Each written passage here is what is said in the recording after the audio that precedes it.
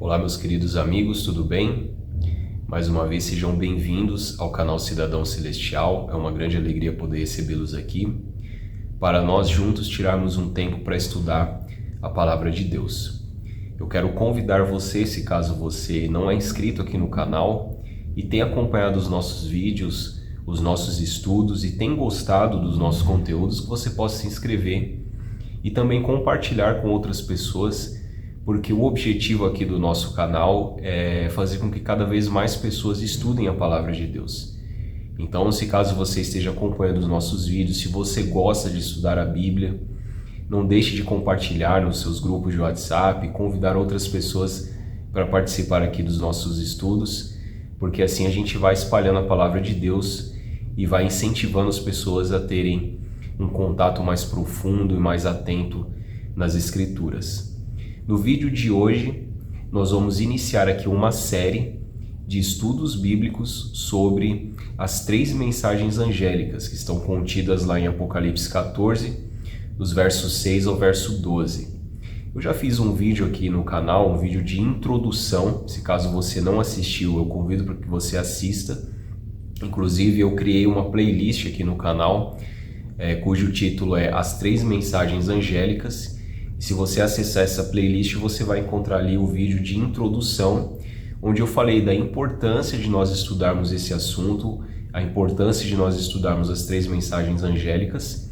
E eu falei também ali um pouquinho sobre o conceito de verdade presente, né? Onde Deus ele tem uma verdade importante que ele enfatiza na palavra de Deus para o tempo que estamos vivendo hoje, né? Que é o tempo do fim. E essa verdade presente é justamente as mensagens contidas ali em Apocalipse 14, versos 6 a 12. Então, eu comentei ali nesse vídeo de introdução que nós vamos dividir esse estudo em 5 partes, sendo que os 3 primeiros vídeos eles vão abordar da primeira mensagem angélica, que está em Apocalipse 14, versos 6 e 7, e nesse primeiro vídeo nós vamos estudar sobre o Evangelho Eterno, tá bom? Então depois nós vamos estudar sobre chegada a hora do seu juízo, vamos estudar sobre o juízo na Bíblia. Depois nós vamos estudar sobre adoração ao Criador, né? Porque a primeira mensagem angélica é um convite também para nós adorarmos a Deus como Criador. Depois nós vamos estudar sobre a queda da Babilônia e o que representa a Babilônia. E por fim nós vamos estudar sobre a última mensagem de advertência de Deus para o povo, para a humanidade. Então nesse primeiro vídeo nós vamos estudar então sobre o Evangelho Eterno, né? Então essa é a primeira mensagem angélica, que está em Apocalipse 14, verso 6. Então nós vamos ler este primeiro verso e vamos estudar um pouquinho então sobre o Evangelho Eterno. Então assim, eu já convido você para que você esteja com a sua Bíblia, não deixe de acompanhar esse estudo sem a Bíblia, pode até ser uma versão digital no celular, mas faça que nem os bereanos, tá? O apóstolo Paulo, quando ele foi pregar em Bereia, ali em Atos, o livro de Atos mostra isso, né? Esse episódio que Paulo foi pregar em Bereia, e o texto bíblico diz que os bereanos eles eram mais nobres do que os de Tessalônica, porque tudo que o apóstolo Paulo, e olha que era o apóstolo Paulo, hein? Tudo que o apóstolo Paulo dizia, eles iam conferir na Bíblia para ver se as coisas eram assim mesmo. Então você deve ser como os bereanos também. Então pegue a sua Bíblia, abra em Apocalipse 14, verso 6. O texto da palavra de Deus diz o seguinte, aqui a minha versão é a Almeida Revista Atualizada. O texto diz o seguinte: vi outro anjo voando pelo meio do céu, tendo um evangelho eterno para pregar aos que se assentam sobre a terra, e a cada nação, tribo, língua e povo. Então aqui a nossa ênfase é justamente a questão do Evangelho Eterno. Primeiro, o que é o Evangelho? O Evangelho, assim, falando de uma forma simples, bem simplificada, o Evangelho são as boas novas de salvação, certo?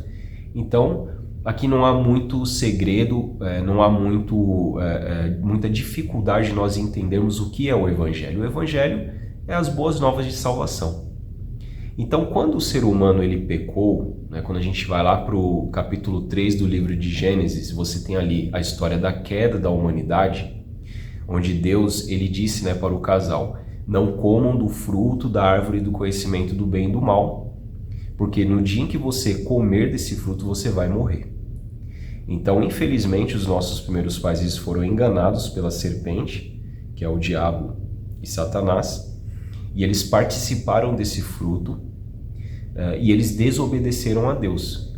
E por conta dessa desobediência, a palavra de Deus nos diz que a morte ela entrou, né? E passou para todos os seres humanos, porque todos pecaram. Quando a gente lê ali o livro de Romanos, no capítulo 5, o verso 12, o apóstolo Paulo ele diz o seguinte: portanto, assim como por um só homem entrou o pecado no mundo e pelo pecado a morte, assim também a morte passou a todos os homens, porque todos pecaram. E mais à frente um pouquinho, em Romanos capítulo 6, verso 23, a Bíblia nos diz o seguinte: porque o salário do pecado é a morte, mas o dom gratuito de Deus é a vida eterna em Cristo Jesus nosso Senhor. Então aqui nós temos a verdade bem clara de que, através da desobediência, da quebra da lei de Deus, a morte passou para todos os seres humanos. O salário do pecado é a morte. Então, para nos salvar da morte, e essa morte que a Bíblia está dizendo aqui não é a morte natural que todas as pessoas passam, né? Tanto justos quanto injustos, e que todos nós estamos sujeitos a passar. Essa morte que é o salário do pecado aqui é a morte eterna. É a condenação final e definitiva do pecado. Então foi para nos livrar dessa morte que o Senhor Jesus Cristo ele veio à Terra, ele se encarnou e ele veio aqui para nos salvar. E esse evangelho eterno, aí está a questão das boas novas, né? As boas novas, que é o evangelho, é o quê? Jesus Cristo, o Deus Filho, ele veio aqui à Terra, se fez homem, morreu na cruz, pagou o preço pelos nossos pecados, e através disso, do seu sacrifício, nós estamos livres da morte e da condenação. Isso é o evangelho. Quando a gente vai para Gênesis capítulo 3, verso 15, está escrito o seguinte: porém inimizade entre ti e a mulher, entre a tua descendência e o seu descendente. Este te ferirá a cabeça e tu lhe ferirás o calcanhar. Aqui os teólogos, né, aqueles que estudam mais detidamente a palavra de Deus, eles dizem que esse texto, Gênesis 3,15, eles usam um termo, né, que é o proto-evangelho, ou seja, é o evangelho antes do evangelho. É como se Deus ele estivesse dando ali no Jardim do Éden uma esperança para os nossos primeiros pais, Adão e Eva, dizendo que o descendente da mulher, né, ou seja, do descendente de Eva, através de uma linhagem, né, de pessoas de sucessivas gerações, viria então um descendente que feriria, que na verdade que esmagaria a cabeça da serpente. Então aqui está contido o plano de salvação de Deus. Você veja que já no Jardim do Éden, Deus já tinha um plano de resgate, né, para caso o ser humano ele pecasse. Quando a gente volta para o livro de Apocalipse, no capítulo 13, ali tem uma informação muito interessante. Apocalipse capítulo 13, e nós vamos ler o verso 8. Somente ali o finalzinho do verso 8 que diz o seguinte: vamos ler todo, né? Adorá-la-ão todos os que habitam sobre a terra, aqueles cujos nomes não foram escritos no livro da vida do Cordeiro. E aqui vem a informação: que foi morto desde a fundação do mundo. Então o que a Bíblia está nos dizendo?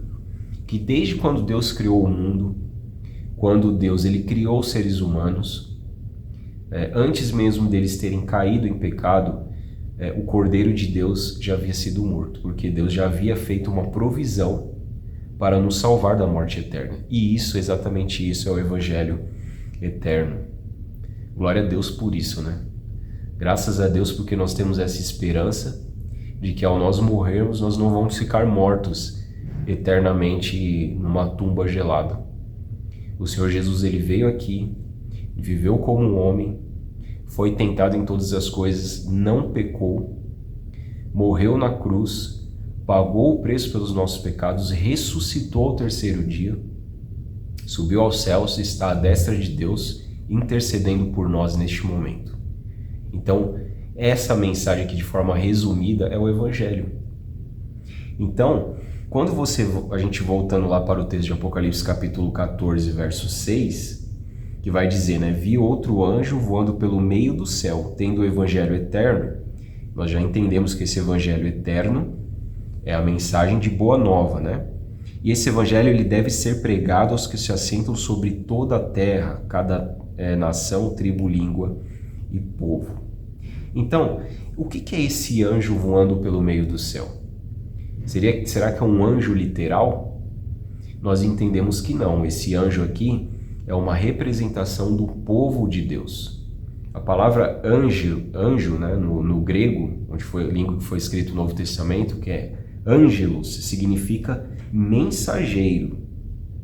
Então aqui na verdade o texto está mostrando as pessoas que aceitaram Jesus como Salvador estão pregando essa mensagem de boa nova, né? Para que as pessoas aceitem Jesus como Salvador e se livrem da condenação do pecado, se livrem da destruição eterna, da morte eterna, que é o salário do pecado, conforme nós lemos em Romanos 6, 23. E por que o texto está dizendo que está voando pelo meio do céu? É porque essa mensagem é urgente, ela tem que ser pregada rápido, ela tem que ser espalhada. E veja que a Bíblia está dizendo que todas as pessoas da terra devem ouvir essa mensagem e devem tomar uma decisão de aceitar ou rejeitar. Essa mensagem, esse evangelho, o Senhor Jesus Cristo, ele ordenou para que as pessoas pregassem, não os anjos. Então o anjo não prega o evangelho. A Bíblia nos diz que os anjos eles são ministradores e atuam em favor daqueles que hão de herdar a salvação. Ou seja, os anjos eles nos auxiliam na pregação do evangelho. Porém, eles não pregam o evangelho. Por quê? Porque eles não passaram pela experiência do pecado, como nós passamos. Então isso é interessante, né? Deus ele quer nos usar. Ele poderia usar os anjos? Sim. Mas ele quer nos usar porque nós passamos pela experiência do pecado. A gente sabe o que é isso. Sabemos o que é estar na lama do pecado e ser resgatado por Jesus e ter seus pecados perdoados. E através do nosso testemunho, a gente prega isso para as pessoas. E lógico que os corações humanos eles se conectam, né? Deus nos fez seres sociais, né? Então através das nossas experiências, das nossas lutas, nós podemos então pregar o evangelho para as pessoas. Então é isso que Deus ele quer. E sempre que o Senhor Jesus Cristo ele ordena a pregação do evangelho para as pessoas, para que as pessoas façam isso, ele vai falar sempre num contexto de totalidade, ou seja, toda a terra deve ser atingida com essa mensagem. Quando a gente vai para o livro do Evangelho de Marcos, no capítulo 28, a gente tem a grande comissão, né, dos versos 18 ao 20. Vamos ler juntos? Está escrito o seguinte: Jesus, aproximando-se, falou-lhes, dizendo: toda autoridade me foi dada no céu e na terra. Ide, portanto, fazei discípulos de todas as nações, batizando-os em nome do Pai, do Filho e do Espírito Santo, ensinando a guardar todas as coisas que vos tenho ordenado, e eis que estou convosco todos os dias até a consumação dos séculos. Então aqui Jesus dá a ordem, né, para que os discípulos preguem o evangelho a todas as pessoas e ensine para essas pessoas as coisas que ele ensinou também, para que guardem essas coisas, né? Quando a gente vai ali para Atos, livro de Atos, no capítulo 8 e o capítulo 1 e o verso 8, o texto diz o seguinte: mas recebereis poder ao descer sobre vós o Espírito Santo, e serei minhas testemunhas tanto em Jerusalém, como em toda a Judéia e Samaria, até os confins da terra. Então aqui Jesus está dizendo que o Espírito Santo nos daria o poder para pregar o Evangelho eterno. Então, o Espírito Santo ele concede dons e talentos para a igreja. É tão interessante isso quando a gente vai para o Evangelho de Marcos, no capítulo 16, e os versos 17 e 18, está escrito o seguinte: estes sinais hão de acompanhar aqueles que creem. Em meu nome expelirão demônios, falarão novas línguas, pegarão em serpentes, e se alguma coisa mortífera beberem, não lhes fará mal. Se impuserem as mãos sobre os enfermos, eles ficarão curados. Então aqui o Senhor Jesus ele está dando dons e talentos através do Espírito Santo, né? Então Atos 1:8 diz que os discípulos, os apóstolos, os seguidores de Jesus receberiam o poder do Espírito Santo. E aqui está falando que expelirão demônios, falarão em novas línguas. Veja que aqui o dom de línguas não é essas línguas estranhas que as pessoas saem falando por aí. Inclusive eu já fiz um vídeo aqui no canal, que é esse vídeo aqui. Você pode assistir esse vídeo para você entender um pouquinho melhor a respeito da questão do dom de línguas. Então, quando Jesus ele diz que o evangelho tem que ser pregado a todas as pessoas do mundo inteiro, o dom de línguas é justamente um dom que o Espírito Santo te dá para você falar novos idiomas. Idiomas que já existem, por exemplo, inglês, francês, alemão, japonês, enfim. O Espírito Santo daria esse dom para que as pessoas que estivessem envolvidas na pregação do evangelho pudessem pregar para cumprir a missão o evangelho para pessoas de todo o mundo. E aí, quando a gente vai ainda para o livro do Apocalipse, no capítulo 10 e o verso 11, você tem ali mais uma vez um texto que fala que o evangelho eterno ele deve ser pregado a todas as pessoas. Apocalipse 10, verso 11 diz assim: então me disseram, é necessário que ainda profetize a respeito de muitos povos, nações, línguas e reis. Então, para a gente recapitular até esse momento, né? O que é o Evangelho Eterno? O Evangelho Eterno são as boas novas de salvação em Cristo Jesus, que morreu no nosso lugar na cruz do Calvário, para nos libertar dos nossos pecados e da morte eterna. Esse Evangelho deve ser pregado em todo o mundo, e de uma forma rápida, né? Porque o anjo lá de Apocalipse 14, verso 6, que na verdade são mensageiros, ou seja, é a igreja, o povo de Deus, pregando esse evangelho, voando pelo meio do céu, significa que ele está pregando de uma forma rápida, porque essa mensagem precisa ser, é uma mensagem urgente, precisa ser pregada. O Espírito Santo nos daria o poder, dons e talentos, como por exemplo, o dom de línguas, né, para que seja pregado o evangelho para pessoas de idiomas diferentes, certo? E deve ser pregado então a todas as pessoas. Agora, existe um outro evangelho que não é o evangelho eterno, que está sendo pregado também, porque nem tudo são flores, né? Nós vivemos um grande conflito entre o bem e o mal, e o inimigo ele procura atrapalhar a pregação do evangelho. Claro que ele vai fazer isso. Ele não quer que as pessoas sejam salvas, porque ele mesmo, uma vez condenado, ele e os seus anjos, ele quer levar o máximo de pessoas para a condenação junto com ele. Então ele não vai permitir, ou melhor, ele vai tentar impedir, né, até onde ele pode, até dentro da soberania de Deus, até onde o Senhor Deus limita o seu poder e até onde as pessoas permitem também que ele haja. Isso é importante, né? O livre-arbítrio ele está em evidência aqui também nesse conflito. O inimigo ele vai tentar atrapalhar essa obra. Quando a gente vai para o livro de Gálatas, a carta de Paulo aos Gálatas, ali no capítulo 1, e dos versos 6 ao verso 9, tem um texto muito interessante que diz o seguinte, Paulo dizendo, né? Admira-me que estáis passando tão depressa daquele que vos chamou na graça de Cristo para outro evangelho. Então olha só, Paulo está dizendo que os Gálatas estavam passando da graça de Cristo para outro evangelho, o qual não é outro senão que há alguns que vos perturbam e querem perverter o evangelho de Cristo. Agora presta atenção no verso 8, diz assim, mas ainda que vós, ou melhor, ainda que nós, ou mesmo um anjo vindo do céu, vos pregue evangelho que vá além do que vos temos pregado, seja anátema, ou maldito seja. E no 9 ele repete, ainda que, como dissemos, e agora repito, se alguém vos pregue evangelho que vá além daquele que recebeste, seja anátema. Então, eu chamo a sua atenção para uma verdade importante aqui. Enquanto os verdadeiros crentes estão pregando o evangelho verdadeiro, ensinando a doutrina bíblica, existem pessoas pregando outro evangelho, um evangelho falso, que desvia as pessoas da verdade. Então isso acontece hoje no meio cristão. Existem igrejas hoje sérias que pregam a Bíblia? Sim, existe. Mas também existem igrejas que pregam outro evangelho, que não é o evangelho eterno, né, conforme está mencionado em Apocalipse 14, verso 6. E eu separei aqui alguns exemplos, podem existir outros, mas alguns assim que na minha mente, que eu vejo que acontece muito, de evangelhos falsos que estão sendo pregados por aí. E talvez você vai também entender o que eu estou falando, porque você talvez viva isso no seu dia a dia.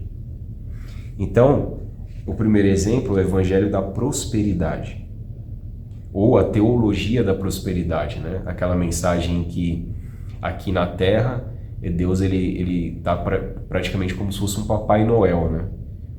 Que ele tem um grande saco de bênçãos ali, ele vai distribuindo bênçãos para todas as pessoas. Claro que Deus nos abençoa, sim, nos abençoa.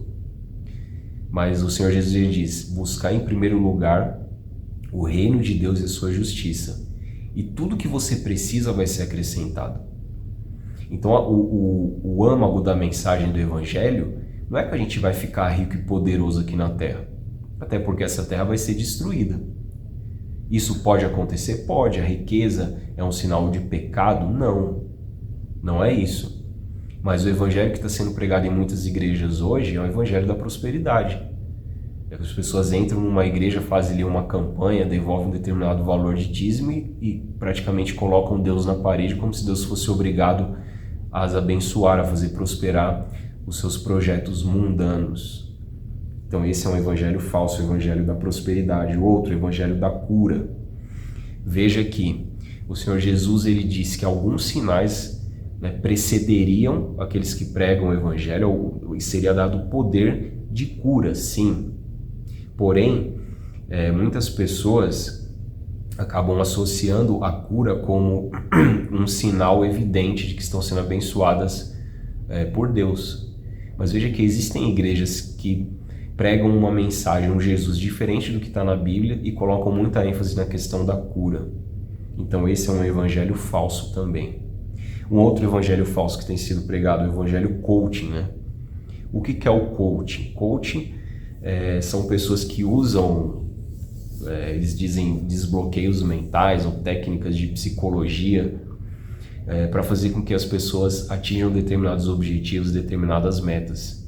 E essas estratégias que estão permeadas, que está ligado intimamente com a questão da teologia da prosperidade também, muitas vezes você vai numa igreja e você mais ouve uma palestra de motivação do que um estudo bíblico, do que o evangelho da graça, do que o abandono dos pecados, do que o Senhor Jesus Cristo diz, né? Se você quer ser meu discípulo, tome a sua cruz, negue-se a si mesmo e siga-me.